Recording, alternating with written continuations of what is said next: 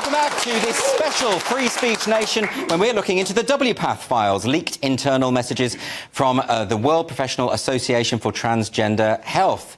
Now, the current version of WPATH Standards of Care is version 8, readily available online. There is a new chapter on eunuchs, in which eunuch is proffered as a legitimate gender identity that requires surgical realisation. This is how WPATH defines eunuch in the current guidelines. Eunuch individuals are those assigned male at birth and wish to eliminate masculine physical features, masculine genitals or genital functioning.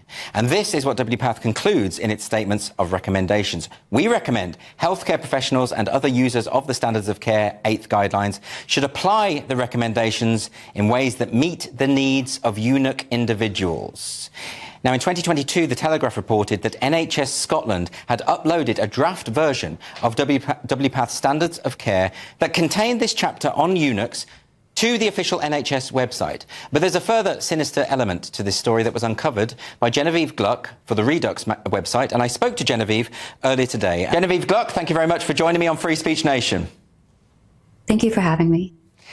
In the summer of 2022, NHS Scotland uploaded to their official website the WPATH Standards of Care version 8, or at least a draft version of those standards of care, in which there was a new chapter about eunuch identities, and specifically there was a link to a fetish site relating to the notion of the castration of minors, and which also featured graphic depictions, written depictions of the sexual abuse of minors.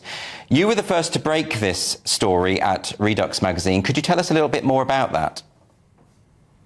Sure. So the Eunuch Archive was the website that was named in the draft Standards of Care 8 document under a chapter called Eunuch Gender Identity.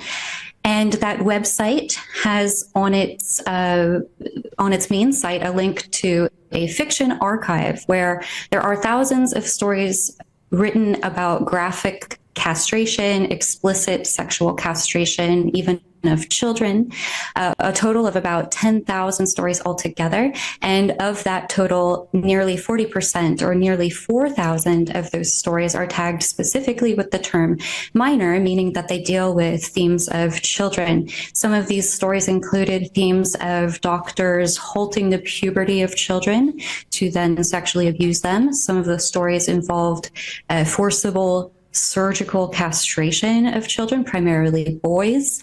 In fact, these stories were some of the most popular on the website, and others include depictions of chemical castration, there being an overlap with the drugs that are given to children that are called puberty blockers.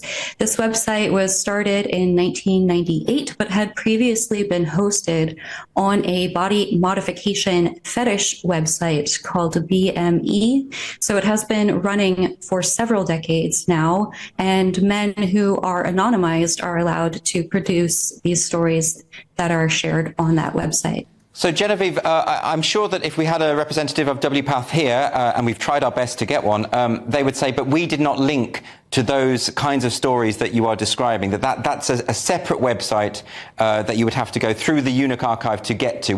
How would you respond to that?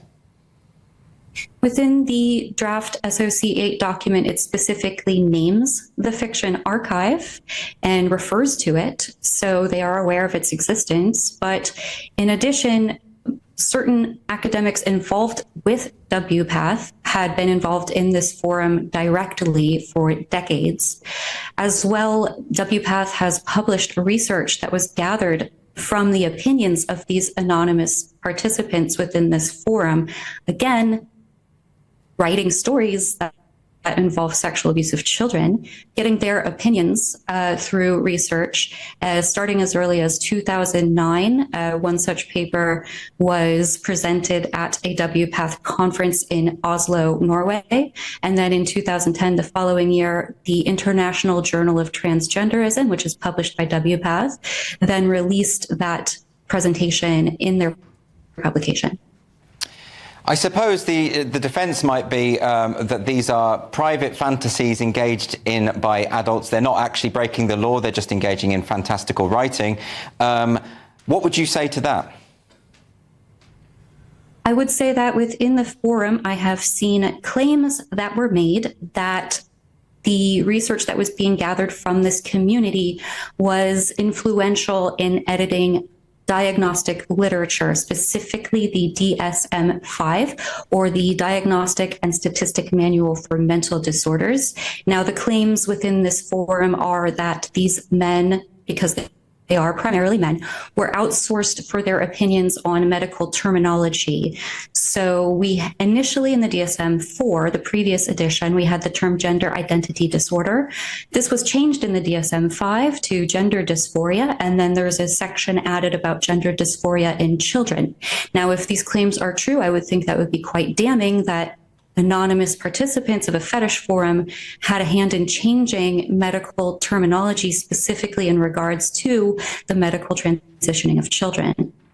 So just to be absolutely clear, it is your contention that there are senior academics and clinicians who have a vested interest in the castration of children insofar as that they have a fetish relating to that subject, and that they are directly involved with the modification of policy at WPATH? Yes, that appears to be the case, and I believe that I've seen substantial evidence that that is the case. As well, within that forum, videos were being uploaded as pornographic content that involved castration and even what are euphemistically called MTF surgeries, or the transsexual surgeries.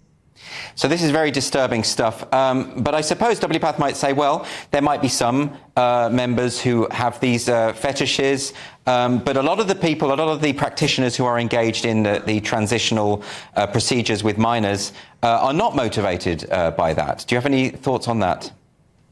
Sure, I do think there are a lot of different motivations going on behind the scenes for various individuals.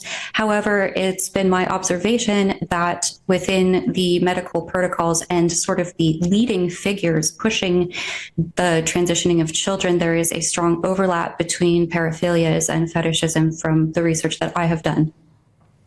Now, you've been at the forefront of it, exposing a lot of these stories over the past few years at Reduxx magazine.